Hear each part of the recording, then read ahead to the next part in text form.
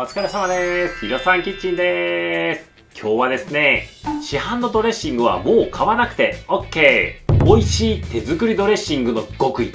割合を覚えて無限バリエーションのご紹介です。いいドレッシング買うんですけど、なかなか使い切らずに賞味期限切れちゃったりとか、冷蔵庫の中がドレッシングでいっぱいになっちゃったりとかなったことありませんか？今日これを覚えてしまえばもうドレッシングは買わなくていいです。もう冷蔵庫の中も空きます。はい、では早速手作りドレッシングの割合の極意ご紹介します。まず油が3、酸味が1、塩が 1g です。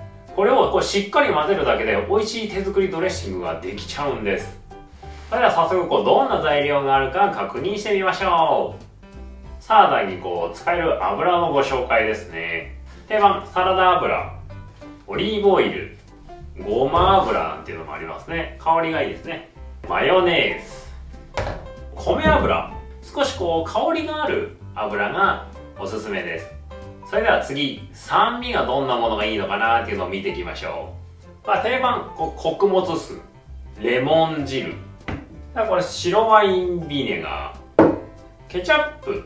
これケチャップも調味料なんですけど酸味ゾーンに入ってきますね。ライムの搾り汁とか酸味に入れると美味しいです。で次に味付けゾーンいきます。塩、醤油、さらにオイスターソース。これにバリエーションを増やすためにスパイス類の紹介もします。冷蔵庫によくあるスパイス類をちょっと並べてみました。胡椒、バジル、クミンとかで七味、からし、わさび、生姜、マスタード、粉チーズ。こんな感じで早速何種類かちょっとドレッシングを作ってみましょう。それではまずオリーブオイルベースの定番ドレッシングを作りましょう。まずオリーブオイルですね。レモン汁で塩、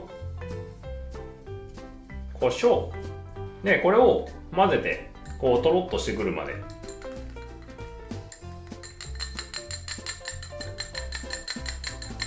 イタリアンオリーブオイルドレッシング完成です。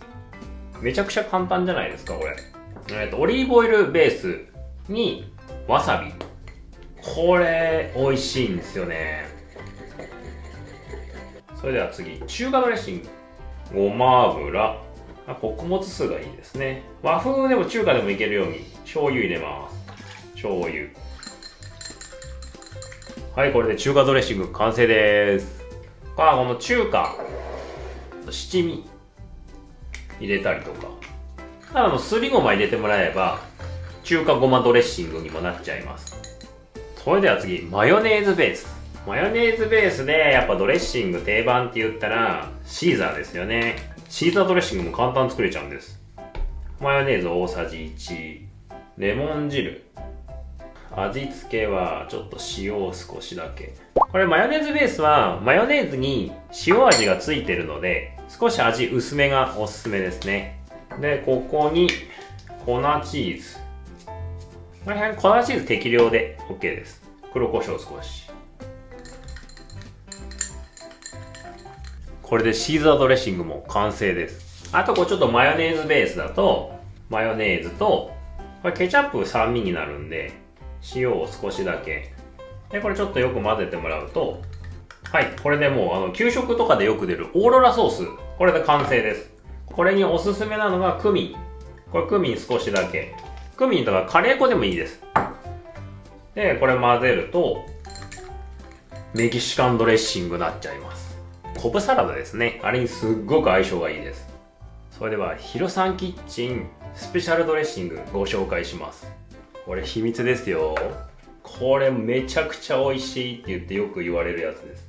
これはオリーブオイル、これ酸味はレモン汁、味付けが、オイスター、胡椒を少し。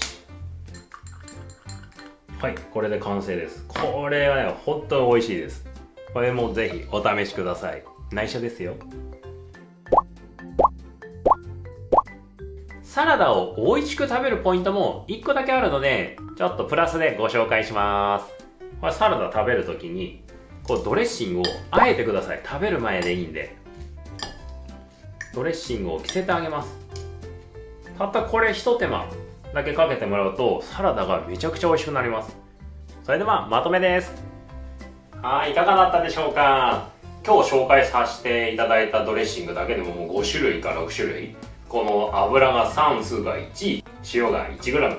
これを混ぜるだけでもうドレッシングが無限バリエーション、無限です。自分のスペシャリテドレッシング作ってみてください。それではまた次の動画でお会いしましょう。ほんと無限ですよ。無限ドレッシングです。もう